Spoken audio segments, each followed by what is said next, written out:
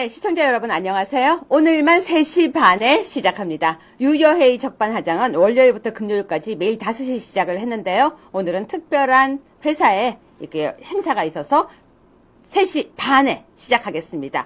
사실 오늘 방송에 대해서 고민을 많이 했습니다. 왜냐하면 제가 만약에 오늘 방송을 안 하게 되면요, 사람들이 유여의 적반하장 혹시 4월 4일 일 때문에 너무 의기소침한 거 아닐까라고 걱정하실까봐 저는 이렇게 생각했습니다. 하루도 빠지지 않고 여러분들과 함께 한다는 거 보여드리는 것이 굉장히 중요하다고 생각을 해서 여러분들과 함께 방송을 끝까지 하는 모습을 보여드리기 위해서 오늘 시간을 바꿔서 방송을 시작했습니다.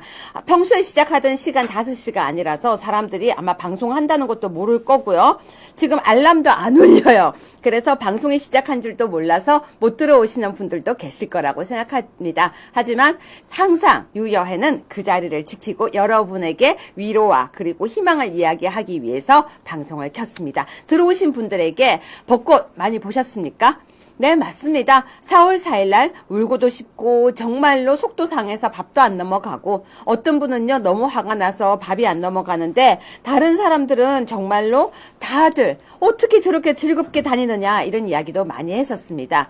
그런데요, 여러분 밥을 잘 먹어야 싸울 수 있고 정말로 화가 나도 우울해도 그리고 진짜로요, 여러분 진짜로 다시 일어날 수 있는 그 힘이 있어야지만 싸울 수 있습니다. 그래서 저도요, 혹시라도 여러분이 제가 5시에 방송을 안 하면 유여회가 우울해서 방송 안 한다 그럴까봐 밥 잘 먹고 여러분들 앞에 딱 앉았습니다. 여러분 어떠십니까? 힘내서 다 들어오셨습니까? 그럼요. 세상에 많은 꽃들이 우리에게 힘내라고 위로를 해주고요. 세상에 정말 하늘이 아름다운 하늘이 우리에게 또 힘을 내라고 이야기를 해주고 있습니다. 여러분, 제가 여러분이 정신이 번쩍 들 만한 뉴스 하나 소개 먼저 하겠습니다. 수원 공군 기지서 이착륙 전투기 무단 촬영 기사 띄워주십시오.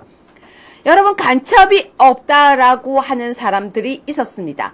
대한민국의 간첩이 어딨냐, 반국가 세력이 어딨냐라고 정말 떠들고도 있었습니다. 그런데 수원 공군 기지에서 이착륙 전투기 무단 촬영 중국인 고등학생 2명이 적발되었습니다. 카메라와 휴대전화에서 사진 다량이 발견되었고요. 경찰 대공 혐의증도 배제 않고 조사라고 하는데요. 간첩법 현재 있습니까? 지금요, 대한민국에서 중국인 고등학생 2명이 경찰에 붙잡히는 이런 황당한 사건이 발생을 했습니다. 자, 공군 제10 전투 비행단이 주둔한 수원 공군 기지 부근에서 카메라와 휴대전화를 이용해서 이착륙 중인 전투기를 무단으로 촬영한 혐의입니다. 울고 있을 틈이 어디 있습니까? 지금요, 이 틈에 이런 애들이 하고 있는데요. 경찰 휴대전화 포렌식 등을 통해서 A씨 등이 수원 공군기지 외 다른 군사시설이나 공항이나 항만 등의 국가 중요시설에서도 범행한 사실이 있는지 살펴보고 출국 정지를 조치했다고 한대요. 여러분, 이게 출국 정지로 될 일이에요? 당장 체포해야 됩니다. 법무법인 정중계 변호사님과 함께 방송 시작하겠습니다. 힘차게 시작하겠습니다. 안녕하세요. 예, 반갑습니다. 5시에 뵙다가 오늘 3시 반에 뵈니까 네. 오는데 생각보다 빡빡하네요. 네, 정 변호사님. 네. 방금 이 기사 보니까 어떠십니까? 아니, 얘네들 고등학생 맞아요? 근데 나온 게 보면요, 중국인들이에요. 그러니까요. 어떠세요? 아니, 중국인이 고등학생이 대한민국에 있다. 그러니까 되게 낯설고요. 그럼 고등학생들이 와가지고 공부를 해야 되는데 수원 공군기지에 가갖고 이착륙하는 전투기를 촬영했다. 이거 되게 또 이상하지 않습니까? 그러니까 이 중국에서는 이 고등학생, 미성년자인 고등학생까지도 이런 간첩질을 시킬 가능성이 충분하죠. 그죠? 그렇기 때문에 되게 엄정하게 조사해야 된다고 생각하고요. 단순하게 지금 얘네들 거 뭐 압수수색하고 그 다음에 입건 조사하는 게 아니라 얘네도 주거지나 여러 관련된 자료들에 대한 신속한 압수수색을 통해서 이게 단순한 호기심의 개인 차원의 범죄가 아니라 조직적인 범죄라는 사실을 반드시 밝혀야 한다고 생각합니다. 여러분, 이런 지경에 울 때가 아닙니다. 눈물 뚝 방송 집중해 주십시오. 어떤 분들이 저한테 그러더라고요. 너무 속상해서 울고 싶어서 말이 안 나온다. 다시 어게인 하자. 윤석열 대통령 생각하니까 눈물이 난다. 근데 그 와중에요, 저쪽 애들은 빨리 이사 나가라. 개 11마리 끌고 빨리 이사 나가라 하고 조롱하고 난리 났고요. 아크로비스타에서는 이사 오지 마라. 그러고 난리 났는데요. 그 와중에 국민의힘에서는 후보가 엄청나게 나오고 있고요. 여러분, 시계는 지나가고 있습니다. 울 때가 아닙니다. 간첩은 난리치고 있고, 이 와중에 눈물 흘려서는 안 됩니다. 한 방울의 눈물도 흘려서는 안 됩니다. 그래서 1번 뉴스 한번 보십시오. 아시아투데이. 대선 승리하고 나서 울어도 되는 거죠? 대선 승리했는데 왜 웁니까? 네. 그럼 울 틈이 없네요. 아시아투데이 사설입니다. 정말로 꼭 소개해드리겠습니다. 여러분, 아시아투데이는요, 탄핵 와중에, 탄핵이 지나도, 대선 중에도 항상 이 자리를 지킬 것입니다. 대한민국 헌법, 국민 배신한 헌법재판관들 역사의 심판 받을 것이다. 아시아투데이의 마음과 아시아투데이 정신, 그리고 아투TV의 정신을 보여드리는 사설입니다. 아투TV에서 소개하고 있지만 아시아투데이 어플에 들어가시면요, 이 사설이 잘 보이고 있습니다. 여러분 꼭 읽어주십시오. 그리고 꼭 나눠주십시오. 4,000명이, 구독자 4,000명이 빠졌어요. 너무너무 속상해요. 왜? 어디 가요? 우리 식구가 어딜 가요? 집에 불났다고 가면 안 되죠. 상당했다고 나가면 안 되죠. 아시아투데이, 아투TV에 구독자 4,000명이 빠진 걸 보면서 저는 토일 피눈물을 흘렸습니다. 여러분, 우리 함께 싸워야 될 것 같습니다. 정 변호사님, 사설 잠시 소개해 주세요. 네, 여러분들 사설 제목부터 좀 봐주십시오. 재판관들이 배신을 했습니다. 그죠? 재판관들이네요. 재판관 한두 명이 아니라 재판관들 8명을 말하는 건데, 배신을 했어요. 그쵸? 누구를 배신했나요? 첫 번째, 대한민국을. 두 번째는 대한민국의 헌법을. 그 다음 세 번째는 국민을 배신을 했어요. 그쵸? 그래서 그들 8명이 역사의 심판을 받을 수밖에 없다라고 선언을 했습니다. 이 사설의 내용을 보면 이모 교수님께서 그 8명의 헌법재판관을 을사팔적이라는 표현을 썼습니다. 을사팔적. 그죠?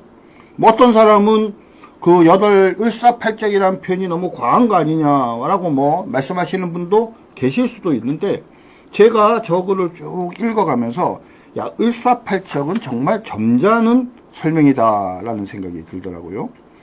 자, 소제목으로 뭐라고 해놨냐면, 반국가 세력과 부정선거로부터 자유민주주의를 지키려고 계엄을 선포한 윤 대통령을 왜 파면하는가라고 문제 제기를 합니다. 그러면서 윤석열 대통령의 파면 결정문에 대해서 이것은 민주당 대변인이 쓴 것 같다. 헌법재판소 재판관들이 마치 민주당 대변인이 된 것처럼 썼다. 응?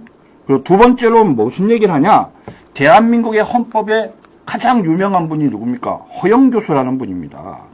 허영 교수님이 10가지 위반 사례를 들면서 계속 이대로 가서 파면하면 헌법재판소가 가루가 된다라고 경고를 했는데도 8명의 헌법재판관이 이를 무시했다.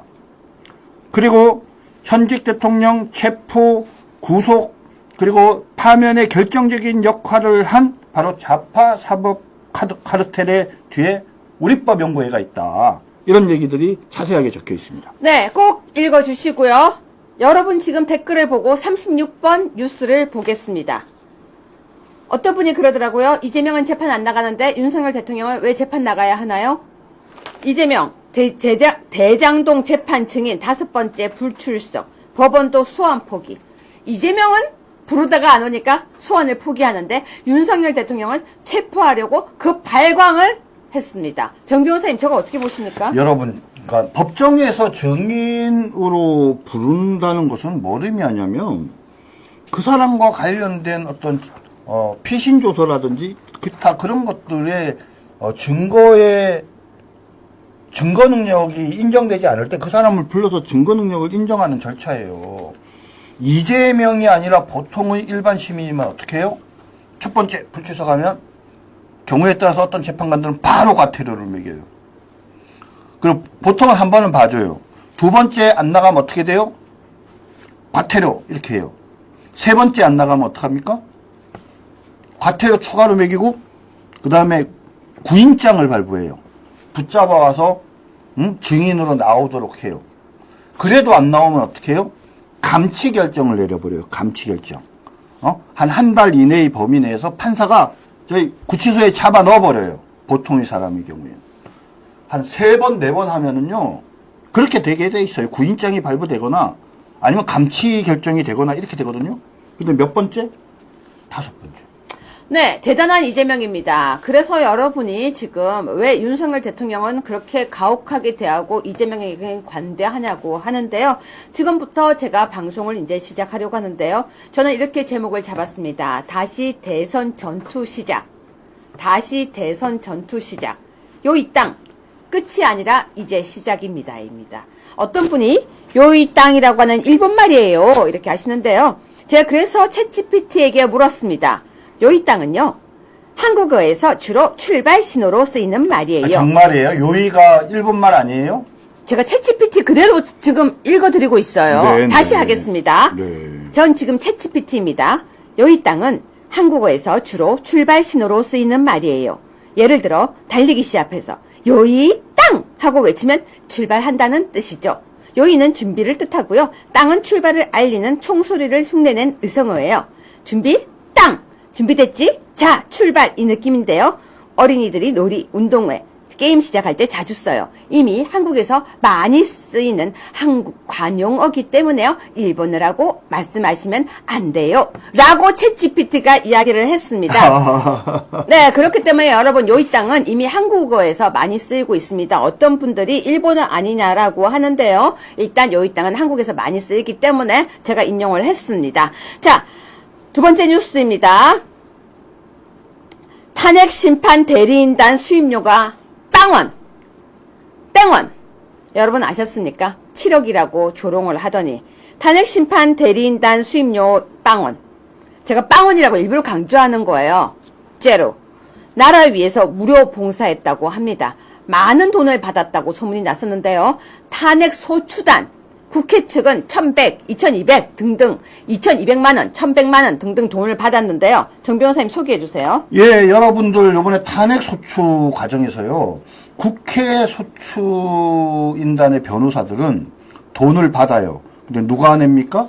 정청래가 내요? 아니요. 국회에서. 국회 예산에서 돈을 줍니다. 그래서 모두 1억 1,000만 원을 줬대요. 1억 1,000만 원의 의미는 뭐냐? 부가세 1,000만 원을 빼면 1억 원을 줬다는 거예요. 몇 군데? 10군데. 그러니까 평균 다 1,000만 원씩 준 거죠. 법무법인 또는 법률사무소에 1,000만 원씩. 부가세 100만 원 합하면 1,100만 원씩 다 지급했어요. 누구 돈으로? 정청래 돈도 아니고요. 이재명 돈도 아니고 민주당 돈도 아니고 바로 국회의 예산, 우리 세금으로 낸 거예요. 근데 거기에 반해서 윤석열 대통령은 개인적으로 사비로 부담해야 되거든요. 근데 얘네들이 7억을 원래 제안을 했는데 어쩌고 저쩌고 그래서 요번에 윤석열 대통령의 변호인단이 상당한 수임료를 받은 걸로 많은 사람들이 오해를 하고 있는데 확인 결과 한 푼도 받지 않았다. 네, 여러분 좌파들의 그 이상한 언론들의 가짜 뉴스에 우리가 계속 속고 있는 것이 아닌지 모르겠습니다. 아까 많은 분들이 계속 너무 속상해요. 진짜 열받네요. 탄핵 재판 이렇게 얘기하시는데요. 저도 마찬가지예요. 저라고 지금 속이 어떻겠습니까? 근데 여러분, 오늘 제가 제일 열받은 뉴스가 뭔지 아세요? 문영배에 대한 진짜 극찬하는 뉴스들이에요. 문영배는 옳았다. 문영배는 청렴했다. 문영배는 진짜 문영배. 온통 다 문영배의 거의 뭐라 그럴까 찬양과 같은 기사들에 제가 진짜 속이 뒤집어졌습니다. 그뿐이 아니에요. 그 탤런트들, 연예인들, 모 땡땡 연예인이 나 정말 밥맛이 너무 좋아. 또 모 땡땡 연예인은 와 진짜 체증이 싹 내려가. 모 땡땡 연예인은 진짜 이제 대한민국에 바로 잡히는 것 같아. 라고 하는 글들을 보면서요. 진짜 주먹 쥐고 가가지고 이렇게 딱콩 때리고 싶은 거예요. 그런데 더 속상하는 게 뭔지 아세요? 윤석열 대통령 왜 이사 안 나가냐? 빨리 나가라. 용산 그러더니 그 다음 기사는 더 황당합니다. 사람들이 청와대 구경 가고 있대요. 왜? 이제 곧 다시 새 주인이 오면 다시 청와대로 이사할 거야. 용산은 이제 다시 비우자. 이런 기사들을 보면서요. 야, 정말 진짜 속이 상했죠. 그런데요. 또 뭐라고 하는지 아세요? 국민의힘에서는요. 이제 3일장 끝났어. 이제 대선하자. 맞습니다. 여러분. 현실이 우리한테 쓰나미처럼 몰려오고 있는데요. 3번 뉴스입니다. 윤 대통령 내란 혐의 14일 재판 시작. 윤 대통령 내란 혐의 14일 재판 시작. 윤석열 대통령 탄핵 당한 지 며칠 지나지도 않았는데 보세요. 내란 우두머리 혐의. 이제 대놓고 내란 우두머리 혐의. 그러면서 형사재판에 영향 미칠 거다. 더 웃긴 건요. 이제는 윤 전 대통령 그것도 아니고요. 윤석열 아예 그렇게도 많이 쓰고 있어요. 자, 내란 우두머리 혐의 형사재판이 영향 끼칠 뜻이라고 되어 있습니다. 정 변호사님 영향 끼칠까요? 글쎄요, 사실은 윤석열 대통령께서 탄핵 기각이 돼서 이 재판이 됐으면 참 좋았을 것 같은데, 14일 재판 날짜는 탄핵 결정이 나기 전에 이미 있었던 겁니다. 그죠? 그래, 전직 대통령인데, 그 이름 부르고 이러는 건 아닌 것 같고요. 이 내란죄에 영향을 끼친다 그러는데, 저는 거꾸로라고 생각합니다. 무슨 말이냐면은, 현재 헌법재판소에서의 결정에서 윤석열 대통령이 계엄이 위헌 위법하고 중대하다라고 판단한 근거가 된 여러 피신 조서들이 있습니다. 근데 그 피신 조서들은요, 중간에 2020년도에 법이 바뀌어갖고 해당 피의자가 또는 공범으로 지금 의심받는 사람들이 증거로 쓰는데 동의하지 않으면 그러면 휴지 조각이 돼요. 그죠? 이게 무슨 말이냐? 원래 형사소송법에선 증거로 쓸 수 없는 피신조서가 헌법재판소에서는 증거로 쓰였다라는 겁니다. 네, 그런데요, 여러분, 지금 내란 우두머리 혐의 형사재판이라고 돼 있는데요. 그 외에 다른 기사를 검색하면요. 윤석열 대통령 지금 모든 혐의, 모든 이제 불소추 특권이 사라졌으니까 모든 혐의에 다 조사할 거다 하더니요. 김건희 여사도 바로 소환한다고 합니다. PD님 혹시 검색 한번 되면요. 김건희로 검색하면은 나올 겁니다. 그래서 김건희 여사도 지금 소환 조사한다고 하고 있고요. 윤석열 대통령은 불소추 특권이 이제 없어졌다라고 합니다. 정 변호사님, 그러면 불소추 특권이 없어졌기 때문에 이제 모든 것을 다 긁어서 고소되어 있는 모든 걸 다 조사하자고 할 수 있습니다. 현재 분위기로 봐서는 논리적으로 보면은 가능한 건데, 또 이거 검찰이 눈치 보기를 하면서 이재명이 대통령 당선될 거를 예상을 하면서 가혹하게 윤석열 대통령과 그다음 김건희 여사 등에 대한 조사를 신속하게 진행할 가능성이 있습니다. 여러분들 한번 생각해 보십시오. 윤석열 대통령의 여러 고발된 사건, 그리고 김건희 여사에 대한 이런저런 사건들을 조사하면서 검찰이 막 불러가지고 언론 앞에 세우고 의혹을 제기하고 막 이렇게 하면 대선에 누구한테 도움이 되겠습니까? 이재명한테 도움이 될 수밖에 없잖아요. 네, 지금 저 기사 보십시오. 네. 이제 윤석열 대통령도 아니고 윤 대통령도 아니고 그냥 다시 운명의 시간 시작된다. 아내 김건희와 심판대. 완전히 지금요, 우리를 지금 조롱을 2번 하고 3번 하고 4번 하고 있어요. 그러면서 명태균 공천 개입. 이렇게 아예 대놓고 나오면서 김건희 사법 리스크 다시 떠올라. 근데 뒤에 보세요. 민주당 압박 수위 높여. 자, 이렇게 지금 윤석열 대통령에 대해서는 대통령 지금 그래요. 파면된 지 며칠 됐다고. 저게 무슨 말이냐면요. 민주당이 검찰에 이렇게 얘기하는 겁니다. 야, 우리가 공소청과 중요범죄 수사처로 나누면서 너희 검찰 해체하려는 거 알고 있지? 요번에 잘해. 그러면은 그거 안 할게. 근데 너 요번에 제대로 안 하면 검찰 완전히 공중 분해해버릴 거야. 너희가 누구 눈치 봐야 돼? 우리 민주당 눈치 봐야 되지 않아? 요번에 탄핵 재판 결과 봤지?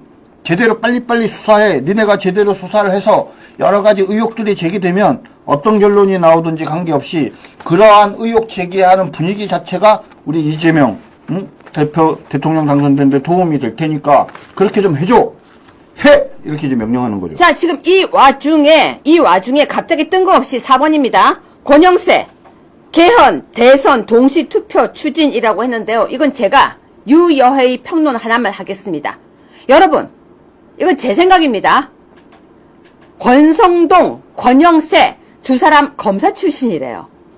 저 좀 잊고 살았습니다. 정 변호사님이 검사 출신이시니까 제가 이건 평론을 하겠습니다. 왜냐면 그래도 검사가 친정이었으니까 정 변호사님 잠시 배제할게요. 이해해 주세요. 두 사람은 검사 출신이죠. 아침에 제가 갑자기 진짜 눈물이 나려고 하는 거예요. 왜? 권성동 저분 양심도 없나? 박근혜 대통령 한 번 탄핵시키고 두 번째 윤석열 대통령 탄핵시키고 두 번의 대통령을 탄핵시킨 사람 배지 떼야 되는 거 아닐까? 제 생각이에요, 이건. 여러분 어떻게 생각하십니까? 진짜 여러분 생각 묻고 싶어요. 저는요, 양심이 있으면 저러면 안 된다고 저는 생각해요. 엄마, 아빠 둘 다 장례식 치르고 무슨 부귀 영화 누리겠다고 배지 달고 지금 앉아가지고 아직도 저 당에서 저러고 있을까요? 저는요, 여러분한테 진짜 물어보고 싶어요. 뭘 묻냐면요, 여러분 저게 정상일까요? 저는 너무 그게 화가 나서요, 아침에 진짜 부글부글 하는 거예요. 여러분 그거 아세요? 화가 나는데 뽀글뽀글 하는데 어디다가 화도 못 내고. 근데 갑자기 정 변호사님이 옆에서 그러시는 거예요. 아유, 두 검사가. 그런데 갑자기 정 변호사님이 또 무슨 얘기를 하시다가 이번 후보들은 검사가 많아. 근데 제가 갑자기 열이 확 받은 거예요. 자, 한동훈, 홍준표 다 검사네? 야, 대한민국에 검사 그래 똑똑하다고 칩시다. 그래도요, 대한민국에 검사 아니어도 대통령 할 사람 많다는 걸 정말 얘기하고 싶어서 제가 정 변호사님 보고 잠시 배제했던 건 정 변호사님 검사 출신이니까 그래도 정 변호사님이 이 얘기하시면 안 될 것 같아서 제가 합니다. 아니, 저도 해야죠. 아니요, 정 변호사님 하지 마시라니까요. 자, 그런데 여러분 어떻게 생각하십니까? 이 두 사람 지금 아직도 당에 저러고 있는 거 어떻게 보십니까? 여러분이 지금 저한테 질문했습니다. 뭐라고요? 자, 7번입니다. 국민의힘 대선 경선 선관위원장의 황우여입니다. PD님, 제가 드린 명단 쭉 띄워주세요. 국민의힘에서 나온 명단 띄워주세요. 자, 여러분은 오늘 국민의힘에서 나온 저 명단 어떻게 보셨습니까? 많은 분들이 지금 걱정합니다. 다 한동훈 사람들이네? 라고 합니다. 전 솔직히 말해서 잘 모르겠어요. 그런데요, 하고 싶은 얘기가 뭐냐면요. 저는 이 얘기를 꼭 하고 싶었어요. 정 변호사님. 네. 설마 이번에 선관위에 그 누구죠? 무슨 마동탁이 아니고 거긴 또 누구죠? 선관위 도태학? 고태학? 노태악. 설마 그게 또 바뀌는 거 아니겠죠? 아, 이게 지금 무슨 말이냐면요. 우리 당에서 이런 대통령 선출을 위한 어떤 투표, 전당대회를 진행을 할 때, 그거를 이제 중앙선관위에 맡기는 경우들이 있었고, 지금까지 거의 대부분 예외 없이 맡겨왔거든요. 근데 뭐 여러분들 다 아시다시피 이번에 부정선거 논란이 여전히 종식되고 있지 않은 상황에서, 그리고 이 중앙선관위가 아직도 제대로 된 반성을 하고 개선책을 내놓지 않고 있지 않습니까? 이런 상황에서 우리가 이 전당대회를 혹시라도 이번에 중앙선관위에 맡기면 중앙선관위가 뭔가 조작할 가능성이 있지 않을까. 그렇다면 그리고 또 더군다나 예상하지 못했던 한동훈 같은 사람이 당선이 되면 그럼 뭡니까? 더더욱 또 다른 의혹들이 제기될 수 있는 거 아니냐. 그래서 적어도 이번 우리 선거관리위원회에서는 이번 전당대회는 중앙선관위에 맡겨서는 안 된다. 그 점을 지금 강조하는 분들이 많이 계십니다. 네, 그리고 또 하나 더 저는 이 얘기를 하고 싶습니다. 여러분 보세요. 우리는 적어도 사전선거 하지 말자라고 주장하는 사람이 선거관리위원회였으면 좋겠어요. 선거판 다 뒤엎는 거 저 잘 모르겠어요. 아직 그까지는. 왜? 할 수가 없는 건 제가 얘기할 수 없으니까. 하지만 사전선거 부정하는 사전선거에 대해서는 하지 말자고 이야기하는 사람들이 적어도 저는 선관위의 위원들이었으면 좋겠다고 생각을 했습니다. 그런데요, 그런 말이 한마디도 안 나오고요. 황우여 전 비대위원장이 한동훈 시절에 이 일을 하던 사람이라는 얘기가 계속 나오고 있더라고요. 근데 왜 굳이 황우여 전 비대위원장이 해야 될까? 라고 사람들이 지금 계속 이야기를 하고 있습니다. 근데 누가 황우여를 임명했죠? 양권이 임명했잖아요. 네. 근데 양권을 누가 계속 하게 남겨뒀을까요? 그죠? 좀 제가 보기에는 국민의힘이 전부터 계속 문제가 있었잖아요. 탄핵 소추 과정에서부터 탄핵 진행 과정에 또 이제 막상 탄핵이 이제 되고 나서 그 후에 이제 진행되는 상황들을 보면 아직도 정신을 못 차리고 있는 게 아닌가라는 걱정이 들어요. 그러니까 지금 우리 글 지금 다시는 분들 중에는 그냥 신당을 창당해야 된다. 그런 이야기까지 하시는 분들이 나오는 게 저도 이제 그런 분들이 결론적으로 신당을 창당하는 것까지 동의하지는 않지만 얼마나 답답하셨으면 얼마나 국민의힘이 지금 말도 안 되는 어떤 행동들을, 처신들을 하고 있기 때문에 저런 얘기가 나오겠습니까? 저는 뭐 적어도 요번에 한동훈 체제 이후에 잠시 그 비대위원장을 했던 황우여 대표가 다시 요번에 선거관리위원장을 맡은 거는 좀 잘못된 선택이다. 그런 생각이 드네요. 네, 그래서 저는 우리가 지금 힘이 빠져 있을 때가 아니에요. 우리가 울고 있을 때가 아니에요. 너무 화가 난다는 거예요. 그런데요, 6번입니다. 안철수가 내일 대선 출정식을 한대요. 내일. 빨리도 해요. 광화문 이순신 동상 앞에서 진행한대요. 광화문 이순신 동상 앞에는 왜 간대요, 정 변호사님? 그러게요. 지금 현재 최초로 공식 출마하는 거 아닌가요, 지금?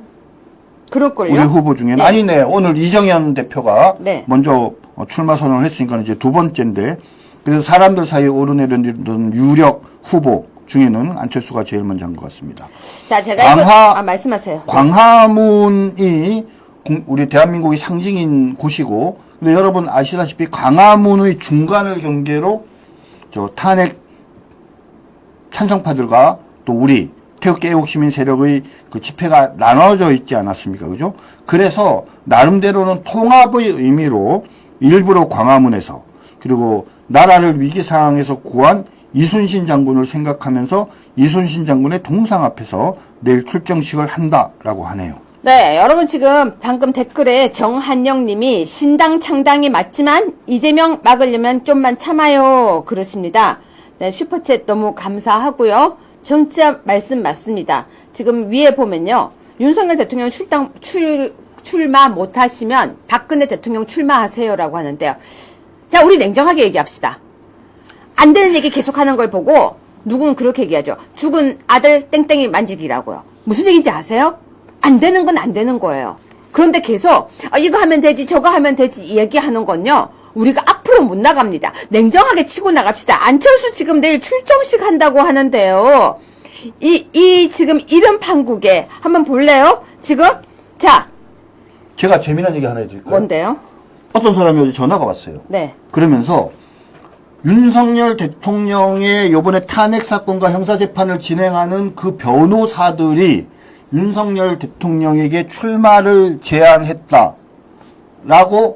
얘기를 들었다고 하면서 그 사람들의 얘기에 의하면 현재 5년을 다 채우지 않고 3년만 하셨기 때문에 요번에 출마가 가능하니까 출마하시라고 이렇게 제안을 했다라는 거예요. 그래서 제가 그분한테 물어봤어요.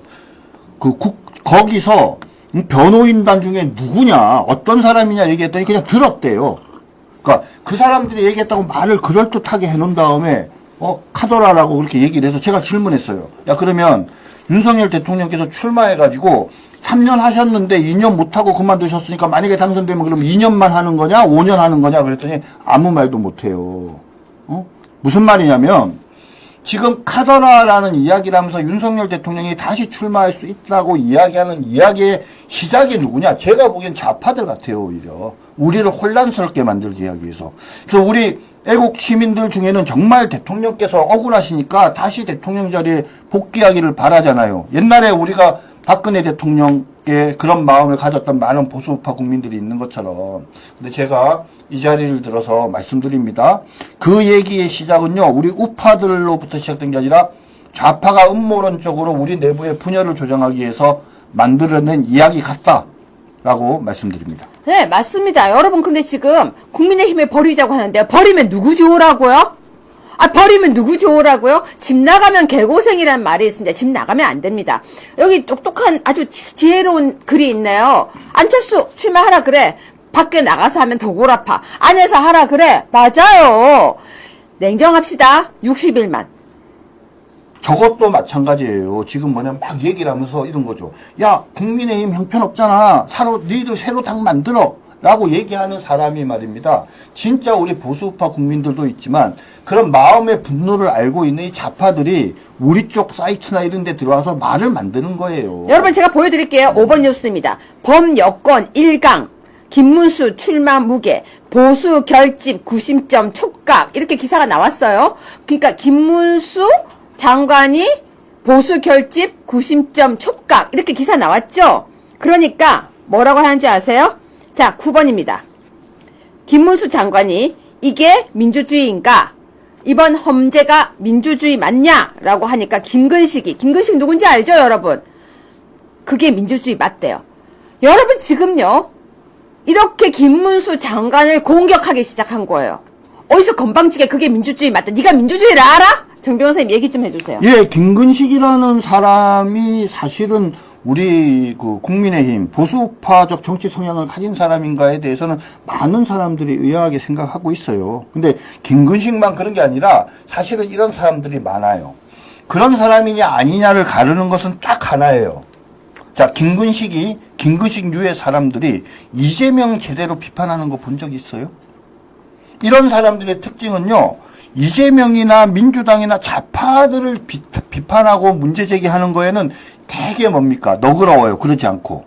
걔네들은 그럴 수 있지, 이러면서. 그런데 우리 내부의 사람에 대해서는 아주 뭡니까? 심할 정도로. 민주당 애들이 비판하고 비방하는 것보다 더 심할 정도로.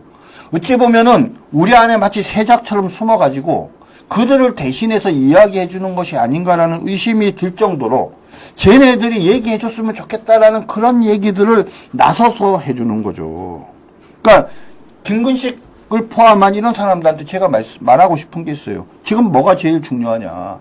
자유민주주의 체제를 지키기 위한 거대한 싸움을 시작을 하는데 그러기 위해서 뭡니까? 우리의 방향이 바깥을 향해야 되는 거고 내부적으로는 단합해야 되는 거예요.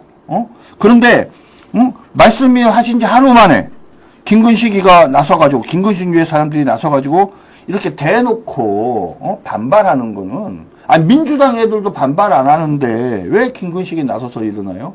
그냥 김근식 한테도 얘기하고 싶어요. 그냥 민주당 가라. 본인 저기 전북 출신 아니야. 그러니까 그냥 거기 가면 오히려 당선되기 쉬우니까 차라리 가라고 얘기하고 싶습니다. 자, 그런데요. 10번입니다. 탄핵을 반대하던 인요한이 영어 인터뷰에서는요. 윤석열 대가 치렀다고 얘기를 했대요. 분명히 인요한이 탄핵을 반대하는 것처럼 보였거든요. 근데 왜 영어로는 저렇게 얘기한 거예요, 정 변호사님? 그러니까 우리 대한민국 국민을 무시하는 거죠. 대한민국 국민들이 한국말과 영어로 얘기할 때 영어로 얘기하면 못 알아듣는다고 되게 무시하는 마음이 있었기 때문에 이런 짓을 하지 않았나 싶고요. 전후 사정을 보면 인요한의 속마음은 영어로 진행한 외신 인터뷰에서 한 게 맞겠죠? 본인이 이 부분에 대해서 해명을 해야 된다라고 생각을 합니다. 해명을. 그리고 어느 것이 진정한 본인의 마음인지도 이야기해야 되죠. 그죠? 이런 얄팍한 수 쓰면 안 되지 않습니까? 등치도 큰 사람이. 맞습니다. 근데 16번 보시면요. 홍준표는 마지막 꿈 향해 즐거운 마음으로 상경한대요. 저 기사 날짜 한번 보세요. 언제예요? 4월 6일 오전 여러분 9시 17분입니다. 4월 4일 탄핵이었습니다. 4월 6일에 마지막 꿈 향해 즐거운 마음으로 상경이라고 저 표현 쓰는 거 여러분은 어떻게 생각하십니까? 지금요 우리는 지금 피눈물이 나서 이러고 앉아있는데 즐거운 마음으로 상경한대요. 정 변호사님 얘기 좀 해주세요. 무엇이 즐거울까요? 홍준표는 왔다 갔다 했어요. 탄핵 과정에서. 근데 그의 속마음은 뭡니까? 윤석열 대통령이 탄핵을 당해서 대선 보궐선거가 있기를 바랬다는 것을 이제 들킨 거죠. 그러니까 즐거운 마음이라는 표현을 썼지 않겠습니까? 그러면서 갑자기 17번입니다. 홍준표 헌법재판소 폐지하자. 갑자기 윤석열 지지층에 구애한대요. 아니 헌법재판소 없애자 얘기를 진작에 하죠.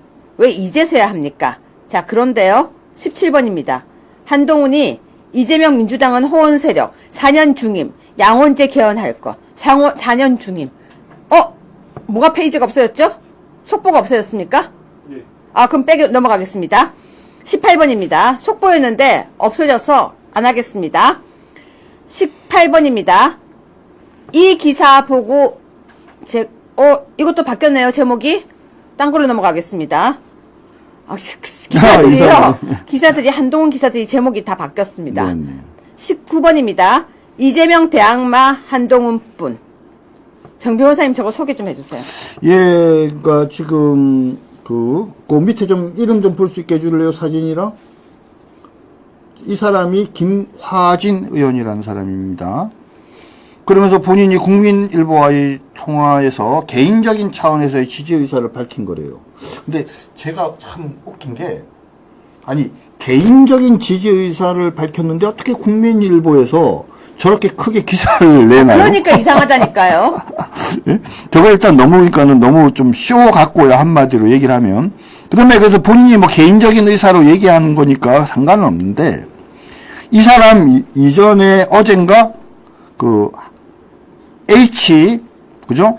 그 당협위원장이 먼저 또 한 대표 지지를 선언을 했어요. 응? 자, 그 개인적으로 뭐 선언하는 건 좋아. 근데 제가 되게 이상한 게 뭐냐면, 아니, 그 김문수 장관 지지하는 사람도 있고 다른 사람 지지하는 사람도 있는데 왜 한동훈 지지하는 사람이 있다는 기사만 나냐 이거죠. 그렇죠? 더군다나 이 H 모 위원장은요, 예전에 윤석열 대통령께서 출마 선언을 했을 때요, 또 당협위원장 중에 제일 먼저 나서가지고 나 윤석열 대통령 지지한다라고 했던 사람이에요. 그런데 그 사람이 지금 윤석열 대통령 탄핵된 지 불과 한 이틀여 만에, 그죠? 그런 한동훈을 지지한다라는 그런 글을 페이스북에 쓰고 그런 게 특정 신문에 기사가 되는 거를 보고 잘 논다. 네, 너무 이상한 게요. 지금 이상한 기사가 분명히 아까 있었는데 그 기사가 없어지고 기사를 올렸다가 기사가 없어지고 왜 이렇게 한동훈 관련된 단어들은 갑자기 기사들이 움직이죠? 뭔가 내용들이 한동훈한테 불리할 것 같은 느낌이 드는 제목 기사들이지 않습니까? 아니, 그거 그런 거는 아니라 바뀌었어요. 저는 어떻게 생각하냐면요. 지금 이 한동훈 무슨 이거 좀 이상해요. 그런데 20번입니다. 김재섭 무책임한 당내 중진 제거해야 할 고름. 다 본색이 드러나요. 본색이. 제거해야 될 고름이래요, 정 변호사님. 근데 저는 뭐 우리 젊은 김재섭 의원한테 또 우리 대학 후배고 하니까, 우리 법대 후배고 하니까 제가 한마디 할게요. 그러니까 이런 이준석이나 이렇게 자꾸 갈라치기 하고 남을 비판하면서 거기서 반사적 이익을 얻으려는 그런 류의 어떤 발언이나 정치적 행태는요, 정말 구태 그 자체입니다. 네, 그래서 중진을 고름이라고 표현하는데요. 이런 표현 잘하는 모 시장이 있거든요. 이렇게 이상한 표현 쓰는 거 이거 배우면 안 돼요. 그런데 20-1입니다. 김상우, 난 탈당 의사 없어. 당헌 위배한 윤이 탈당해야. 이제 그냥 윤이 탈당하라 그러고요. 난 탈당할 의사 없대요. 이런 사람 누가 데리고 왔어요? 이런 사람? 여러분, 이런 사람이 나가야 되는 거 아니에요? 우라통이 터져요, 저는 진짜. 김상욱은 탈당할 의사가 없다 그랬으니까는 거듭 말씀드리지만 징계해서 저희 제명시키는 게 맞고요. 윤석열 대통령의 경우에는 이제 이것이 당원 당규에서 징계할 만한 사유인지에 대해서는 뭐 생각이 있을 수 있는데, 제가 당원 당규를 살펴봤습니다. 그런데 어떤 특별하게, 그러니까 이렇게 재판을 받거나 또는 이런 것이 진행될 때 자동스럽게 당원권이 정지되거나 하는 그런 류의 특별 규정들이 있는데, 윤석열 대통령은 그런 사항에 해당하지 않습니다. 그리고 뭐 개인적으로 제가 알고 있는 윤석열 대통령은 누구보다도 국민과 대한민국과 당을 사랑하시는 분입니다. 앞으로 이제 본격적으로 이 대선 국면이 진행되면 본인이, 그죠? 후보를 위해서 어떻게 하는 것이 제일 좋을까 고민하셔서 적절한 의사결정을 하실 거라고 보는데, 이제 막 그 국회의원 된 지 진짜 몇 년 되지도 않은, 그죠? 김상욱 같은 그런 수준의 사람이 건방지게 나서서 이런 얘기 하면요, 아우, 진짜 옆에서 많은 사람들이 할 말이 많을 것 같습니다. 네, 이제 빠르게 좀 진행할게요. 여러분, 윤석열 대통령께서 국민변호인단 선언 감사하고 주권 수호 위에 싸운 여정을 위대한 역사로 기록되고 청년 여러분 지키겠다. 내가 대통령직에서 내려왔지만 이렇게 입장문을 이야기하셨거든요. 네네. 그랬더니 21번입니다. 조경태가 당 나가서 메시지 내라. 그런데요, 제가 조경태한테 한마디 할게요. 21번입니다. 윤석열 대통령이 말씀하신 내용이 저게 정치하는 거예요? 정치를 뭐 폭넓게 얘기하면 뭐 저것도 정치 행위다라고 얘기를 할 수 있지만, 그렇죠? 나라를 사랑하고, 그렇죠? 대한민국을 사랑하고 자유민주주의를 소중하게 여기는 사람들의 피눈물 나는 노력을 보고 거기에 대해서 격려하는 정도의 말씀을 한 걸 가지고 관저 정치다라고 민주당 애들이 비난하고 있잖아요.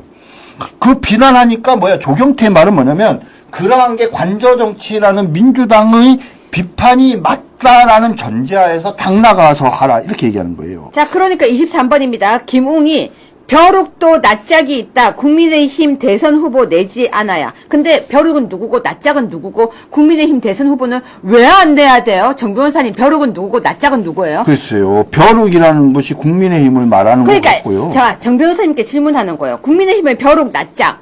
이거 당원을 무시하는 거 아니에요? 그러게 말입니다. 당이 뭐 국회의원이 주인이 아니죠. 우리 당원들이 주인인 것인데 얼마 전에도 그 국회의원 중에 뭐 국회의원이 뭐 후보를 내지 말자 이런 얘기 해갖고 그래서 욕을 많이 먹었잖아요. 근데 김웅도 그래요. 제가 알고 있기로는 대통령께서는 너무 당에 대해서 또 당원들에 대해서 미안하고 안타깝게 생각한대요. 민주당 애들한테는 사과할 생각이 없지만 당원과 그 다음에 우리 당에 대해서는 미안하게 생각한대요. 왜? 당신께서 나라를 위해서, 역사를 위해서, 대한민국을 위해서, 그렇죠? 그 자유민주주의를 위해서 나름대로 고심 끝에 그 계엄을 선포했지만 그걸로 인해서 탄핵에 소추돼서 탄핵까지 받는 이 상황으로 인해서 결국은 당이 뭡니까?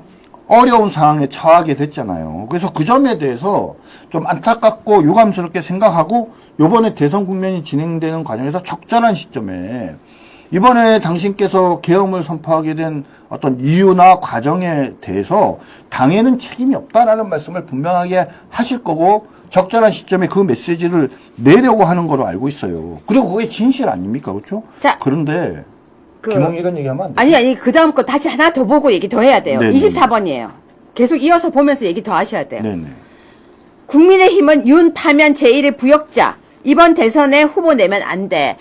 부역자 이렇게 했는데요. 저는 정 변호사님한테 뭘 여쭤보고 싶냐면요. 자, 지금요 국민의힘의 당원들이 주인이잖아요. 네. 근데 국민의힘의 당원 그리고 그 국민의힘에서 후보 내는 걸 벼룩도 낯짝이 있다라고 표현을 하면서 부역자라고 하면서 대선에 후보 내지 말라고 하면 이게 해당 행위 아니에요? 아예 해당 행위들이죠. 근데 이제 제가 화가 나고 또 당연히 얘네들을 응징해야 되지만 지금 중요한 게 뭡니까? 대선에서의 승리잖아요. 그러니까 얘네들을 당장 어떻게 조치는 하지 않지만 우리가 다 기억해 놓고 대선 승리하고 난 다음에 그렇죠. 당을 재정비할 때 이런 애들 전부 다 잘라버려야 그러니까 됩니다. 이런 애들이 너무 많이 들어왔어요. 네. 보여드릴게요. 25번입니다. 국민의힘 이수진 전북도 의원. 국민의힘 의원 맞아요. 정 변호사님. 네. 대통령 탄핵 환영한대요. 이 이수진 전북도 의원이 어떻게 전북도 의원이 됐는지 알고 계시죠? 우리 국민의힘이 전북 지역에서 지방선거 때 의미 있는 퍼센테이지를 받아가지고 그래서 비례대표를 한 석을 받은 거예요. 정말. 비례예요? 네. 정말 소중한 한 석이에요. 국민의힘이 전라북도에서 의미 있는 퍼센테이지의 지지를 받아서 1번 후보였던 이수진이 비례대표로 전북도 의원이 된 거예요.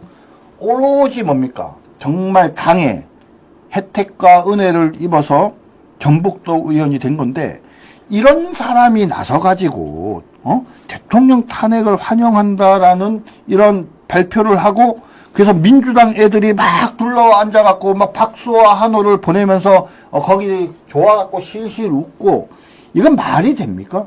도대체 누가 이수진을 전북도 의원 비례 1번으로 선택을 했는지 정말 그 사람 반성해야 된다고 생각합니다. 자, 여러분 지금 이 사람요. 제가 소개하는 이 사람 절대 우리 편 아닙니다. 여러분 혹시라도 또 이재명 욕을 하니까 우리 편이라고 착각하지 마십시오. 23-1입니다.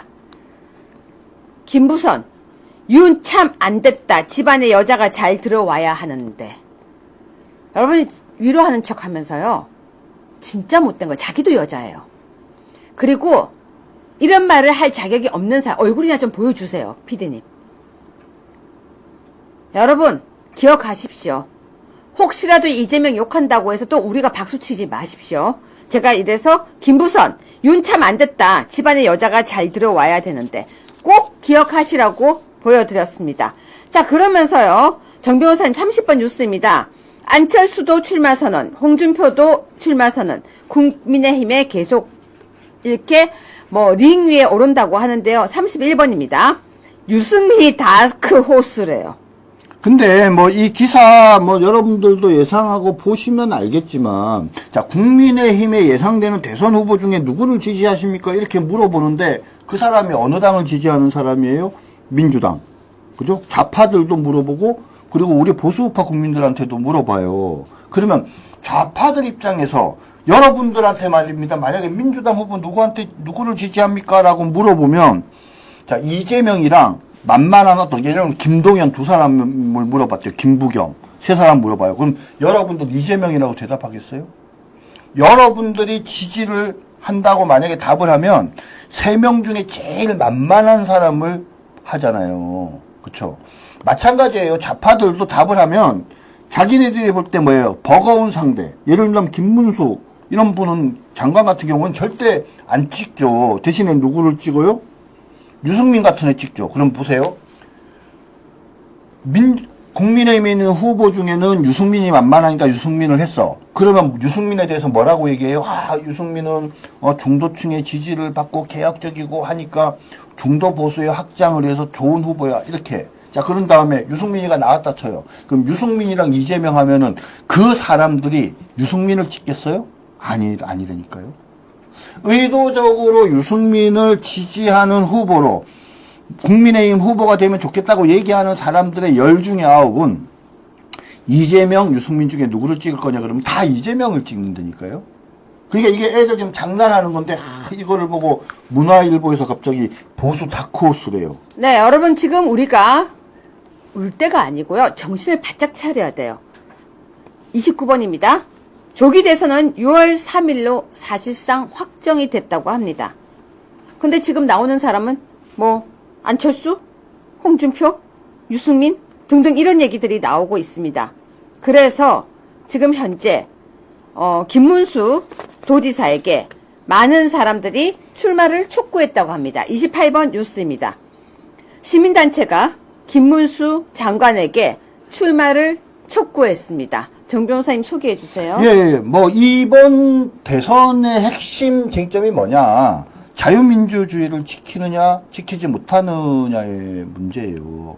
그러면 보수우파가 이 자유민주주의 대한민국을 지키는, 그렇죠? 종북 세력이 장악한, 그래서 자유민주주의가 아닌 인민민주주의의 길로 가려가는 민주당을 이길 유일한 방법은 바로 이런 자유민주주의를 지키기 위한 강고한 의지와 그 다음에 종북 세력들을 정확히 본질을 꿰뚫고 그러면서 실천력을 갖고 반드시 자유민주주의 체제를 확고하게 지키고 발전시켜 나가겠다는 그런 의지를 가진 사람이 필요하잖아요. 그러니까 그런 면에서 누가 맞는가라고 나름대로 판단을 해보면 뭐 김문수 지금 장관을 이야기하는 사람들이 많이 있습니다. 그리고 본인도 개인적인 욕심이 있는 것은 아니지만 이 역사적 소명, 그렇죠? 현재 본인에게 많은 사람들이 요구하는 또 소명 이런 것들을 생각을 하면서 시민단체가 이제 나와서 김문수 지사가 출마를 해야 된다고 촉구를 했는데 제가 보기엔 아마 김문수 지사가 나이도 뭐 이제 적지 않으신 나이지만 그죠? 이제는 세상을 좀 자기가 정리해야 된다라고 생각하실 때 예상도 하지 않게 지금 뭐냐면 대선에 나가셔야 되는 이 상황이 됐는데 결국은 그 소명을 받아들일 거라고 생각을 합니다. 자, 여러분에게 그래도 희망을 얘기하기 위해서 제가 자료를 좀 가져왔습니다. 27번 뉴스입니다. 여러분 지지율이요. 이재명이 1등이 아니에요. 저는 이 기사 아주 마음에 듭니다. A씨가 있네요. 네, A씨가 있어요. 여야에서 A씨가 제일 높아요. 네. 이재명보다 더 높은 A씨 공개해 주세요. A씨가 누구냐면요. 지지할 후보 없다예요. 한마디로. 그러니까 A씨죠. 네. 네. A씨 맞네요. 네. 자, 그러면 여기 A씨는 어떤 사람이냐? 정치적 무관심층. 그리고 우리가 흔히 중도층이라고 얘기하는 사람. 그리고 10대나 20대. 이런 사람들이 보통 이제 여기에 해당을 합니다. 근데 이게 무슨 말이냐? 이재명이 대세인 것 같지만 뭔가 그래도 이재명은 마음에 안 들어. 응? 왠지 이재명은 불안해. 저 사람은 나중에 대통령이 되고 나면 자기가 대통령 됐다고 5개 재판도 안 받을 사람 아니야? 왜요? 집도 준대요. 네? 집. 아, 집도 다 준대요? 네, 깡통 같은 집.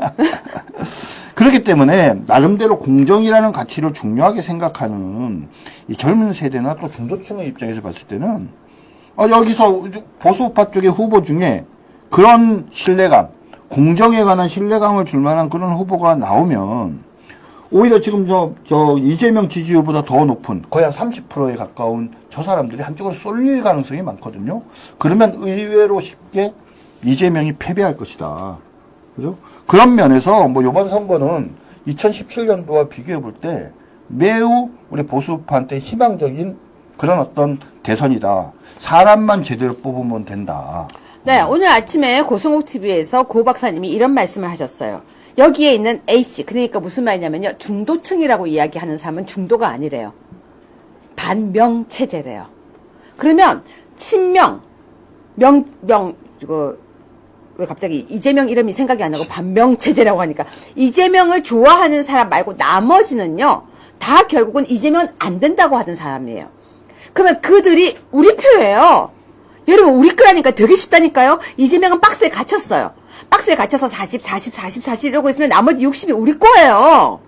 그런데 우리 쪽에 후보가 되게 많아 보이니까 막 걱정하시는 분들 계세요. 이거 막 갈라지는 거 아니야? 근데 중요한 거 국민의힘 후보가 되면 돼요. 그런데 문제는 지금 사람들이 걱정하는 것은 한동훈이 혹시 거기서 될까봐. 맞아요. 그럼 우리 어떻게 해야 돼요? 정신 바짝 차려야죠. 국민의힘이 이번에 26번입니다. 2017년보다 훨씬 여건이 좋은 이유가 5가지라고 합니다. 정 변호사님 5가지를 소개해 주세요. 여러분들 생각에는 어떤 것들이 5가지가 좋은 게 있다라고 생각을 합니까? 6가지를 얘기를 하고 있는데요. 첫 번째, 박근혜 대통령 탄핵 때와 지금을 비교를 해보면 박근혜 대통령님의 태도와 윤석열 대통령의 태도가 근본적으로 다르잖아요. 박근혜 대통령께서는 사실은 뭡니까?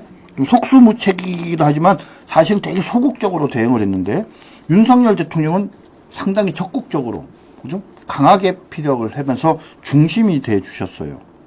그리고 두 번째 차이는 뭡니까? 그때는요, 보수 우파 국민들도 그냥 탄핵이 될 수밖에 없다라고 생각하면서 되게 속수무책으로 무기력했어요. 하지만 요번엔 뭡니까? 탄핵되기 직전까지도 40% 중반대의 국민들이 탄핵은 절대 안 된다. 탄핵은 잘못된 것이다. 헌법재판소 믿을 수 없다라고 얘기하면서 똘똘 뭉쳐 있었었죠. 세 번째 이유는 뭐냐면 당시에 말입니다. 문재인이 몇 프로로 당선됐는지 혹시 아세요? 한 41.2%밖에 안 됐어요. 방금 유채고가 얘기했잖아요. 41.2%. 그러면 뭡니까? 문재인을 찍지 않은 사람이 거의 한 60% 됐어요. 근데 그 표를 누가 나눠 가졌어요? 홍준표, 유승민, 그리고 안철수 이랬잖아요. 자, 안철수의 국민의당을 뭐 좌냐 우냐, 우파 쪽이냐 좌파 쪽이냐 이렇게 얘기하면 우파 쪽에 가깝죠. 결국은 그 표를 분석을 해보면요. 그러니까 문재인과 당시에 심상정이 합한 48%가 그 이전에 윤석열 대통령, 박근혜 대통령 당선될 때 문재인이 얻은 48%랑 똑같아요. 그리고 이 세 사람이 표를 합해서 계산을 해보면요. 결국은 52%예요. 당시에 박근혜 대통령이 받은 표랑 똑같아요. 근데 세 사람이 나눠 가졌잖아요. 응? 홍준표, 안철수, 그 다음에 유승민. 자, 그런데 그때는 당이 세 당으로 쪼개져 있었는데 지금 어때요? 안철수가 국민의힘 이외에 다른 당으로 나가서 후보가 되겠습니까? 아니죠. 홍준표가 다른 당으로 나가겠어요? 무소속으로 출마하겠어요? 그것도 아니죠. 그 다음에 유승민도 마찬가지잖아요. 다 국민의힘 안에서 경선을 통해서 후보가 될 거예요. 별도로 대선에 출마할 만한, 유력한 사람 중에 대선에 출마할 만한 사람이 없어요. 딱 한 사람 있죠. 이준석. 근데 이준석 몇 프로짜리? 1%짜리. 전혀 대세에 지장이 없는 사람이죠.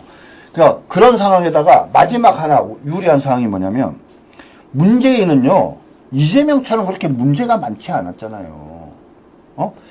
문재인은요. 이재명처럼 그렇게 비토 세력이 안 많았어요. 중도층에서 이재명을 저렇게 비토하듯이 문재인은 비토하지 않았지 않습니까? 근데 이재명에 대해서는 너무나도 명백하게 중도층이 비토 세력이 있는 거예요. 그러니까 우리가 쟤네들이 할 수 없는 흥행에 성공하고 경선 흥행에 성공하면서 이재명이 가진 단점들에 명확하게 대비되는 장점이 있는 그런 멋진 후보를 딱 제대로 세우면 그 중도층이 자연스럽게 우리한테 오게 돼 있는 겁니다. 그러면 결과는 어떻게 해요? 의외로 지난번에 윤석열 대통령은 0.74%밖에 못 이겼는데요. 요번의 경우에는 한 5%에서 10%도 이길 수 있습니다. 네, 여러분 너무 슬퍼하지 마십시오. 근데 저는 그래요. 국민의힘 선관위가 노태악, 이름도 힘들어. 노태악 선관위원장에게는 안 맡겼으면 좋겠어요. 적어도 그 부분을 정확하게 얘기했으면 좋겠어요. 그리고 국민의힘 선거할 때 사전선거 하지 말라라고 강력하게 외쳤으면 좋겠습니다. 일단 여러분 나가지 마세요. 구전녹삼 광고 좀 하고 올게. 이거는 해야 돼요. 구전녹삼 광고 하겠습니다. 귀한 날 정 변호사님 드릴 거 없네요. 왜 안 줘요? 귀한 날 귀한 분을 위한 최고의 선물 구전녹삼. 오늘은 나라를 생각하는 귀한 분을 위해 애국녹용 소개해드리겠습니다. 구전녹삼은 녹용 중 가장 비싸고 귀하다는 러시아산, 그중에서 천혜의 환경을 가진 아바이스크산 원용의 국내산 최고급 홍삼, 약재 등을 넣어서 정성껏 달였습니다. 합성 첨가물을 넣지 않았습니다. 국내산 재료를 평강만의 기술로 황금 배합하여 만든 제품은 가정의 달을 맞아 가족이나 친지 귀한 분들에게 선물하시라고 특가 세일을 마련했습니다. 0504-0824-2172로 구전녹삼이라고 문자 보내시면 바로 전화 드리겠습니다. 오늘요 5시에 저희가 잠깐만요. 제가 방송 이름 좀 보고요. 5시에 양창식 워싱턴 타임즈의 양창식 님을 모시고 5시에 최영지의 정치부장님이 방송을 하십니다. 그래서 제가 5시에 방송을 할 수 없어서 류여회의 적반하장이 오늘 3시 반으로 시간을 옮겼습니다. 근데 알람도 안 오더라고요. 알람도 안 오고 아무것도 오지 않았는데 여러분과의 약속을 지키기 위해서 제가 5시 방송을 오늘 3시 반으로 옮겨서 방송을 했습니다. 만약에 방송을 안 하면 여러분들께서 혹시라도 탄핵 때문에 의기소침해서 유여회가 방송 안 한다라고 생각하고 슬퍼하실까봐 울지 마시라고 제가 3시 반에 방송을 했습니다. 네, 정 변호사님이 오늘 정말 사무실에서 일하시다가 급하게 뛰어오셨고요. 저희도 여러분들과 얼굴 보고 소통하려고 급하게 준비해서 방송을 했습니다. 그래도 많은 분들 들어와 주셔서 너무 감사하고요. 알람도 울리지도 않는데도 그 시간 맞춰서 들어와 주셔서 너무 감사합니다. 정준계 변호사님 짧게 한마디 해주세요. 예, 또 우리 유해TV 적반하장에 제가 알고 있기로는 수요일 날은 이정현 대표님께서 나오신다고 합니다. 아마 오늘 출마 선언하셨는데 여러분들께서 좀 관심 가지고 좀 지켜봐 주시면 좋을 것 같고요. 금요일 날은 또 황교안 대표가 나오시기로 돼 있죠.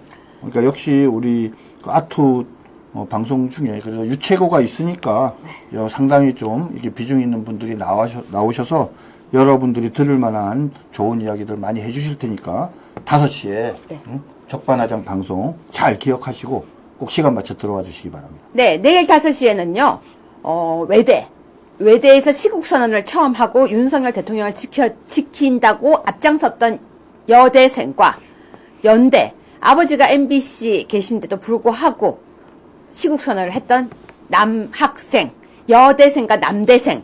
그러네요. 가만있어 봐. 왜 남대생이란 말은 없지? 여러분, 왜 남대생이란 단어는 없죠? 여대생은 있는데, 왜 대학생은 남자라고 생각하는 거예요? 독일어가요, 있는데, 독일어는 성이 있어요, 2개. 여성, 남성. 그런데 생각해보니까 갑자기 화가 나네요. 여대생이라는 단어가 있는데, 남대생은 없네요. 아무튼, 젊은 청년 2분을 모시고, 스튜디오에서 윤석열 대통령이 탄핵이 됐지만, 우리가 이제 어떻게 할 것이에 대한 이야기를 하겠습니다. 여러분, 가슴이 아프고 마음이 아파도 다시 시작입니다. 왜? 대한민국을 위해서. 리셋, 대한민국. 그리고 대한민국 2.0을 위해서. 더 나아가서요. 뺏길 수는 없잖아요, 저들한테. 여러분, 지금 이거 하는 꼬라지 보세요, 꼬라지. 그래서 유여회가 오늘 단어를 하나 준비했습니다. 제가 아까 제 페이스북 드렸던 거 피디님 보셨나요? 그거 혹시 올려주실 수 있나요? 마지막 멘트로. 자, 용사혼잡입니다. 용과 뱀이 아주 함께 뒤엉켜 뒹굴고 있습니다. 용과 뱀이 뒹굴고 있어도요, 그 안엔 반드시 용이 있습니다. 제가 누구라고 얘기 안 해도 제가 누구 얘기하는지 아실 거예요. 여러분, 많은 공격이 들어와도 지켜서 대한민국의 대통령을 위하여 우리가 나아가야 됩니다. 용과 뱀이 혼잡하고 있어도 반드시 용은 있습니다. 뱀을 제거하고 용을 찾는 아투 유여의 적반하장, 오늘 방송 마무리하겠습니다. 내일은 5시에 뵙겠습니다. 감사합니다. 승주 기자님, 그리고 우리 박경현님 감사합니다.